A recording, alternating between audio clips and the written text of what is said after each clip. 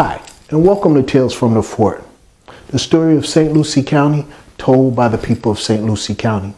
In 1842, the Second Seminole War was over and the military left, and everyone started to get along just fine. But there was an incident that happened in 1849 to a gentleman by the name of John Barker that required the military to come back. This is his story right here, right now on Tales from the Fort. Don't forget to subscribe, like, and share.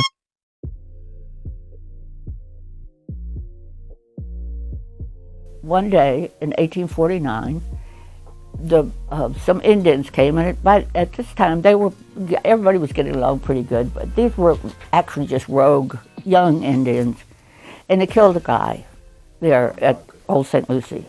I've heard stories on both sides, and I don't equivocate with these things, but I've heard stories on both sides. It was not unusual to take advantage of the Seminoles, and once you betrayed a Seminole, it pretty much stayed betrayed. And supposedly he had sold them some bad goods, and they were not thrilled about it. The incident that we're talking about were several Seminoles, basically renegades, who went across the state, wreaking destruction, and we were kind of like the end part. And when they got to what's now St. Lucie Village, which was part of the armed occupation colony, they attacked it. Mr. Russell was wounded.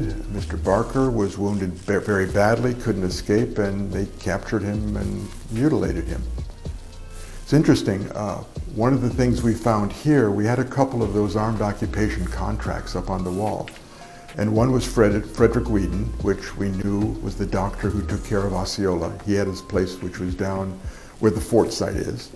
The other one, which we didn't realize, because at the time we were just putting it up for display, was John Barker. So we have the actual signed contract where he got the piece of property that he later died on. I just find it fascinating because history is all about people. And here you have somebody, nobody'd ever heard of him, really. He's just another settler.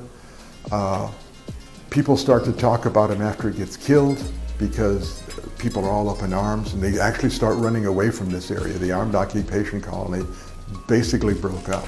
In fact, we ended up losing our county status because everybody ran away, which was not part of the contract. And everybody fled, I say it wasn't like the old Western movies you used to see, where the pioneers stayed. Yeah. They ran. Well, actually, they went by boat. But there were some that walked up the coast, went to St. Augustine.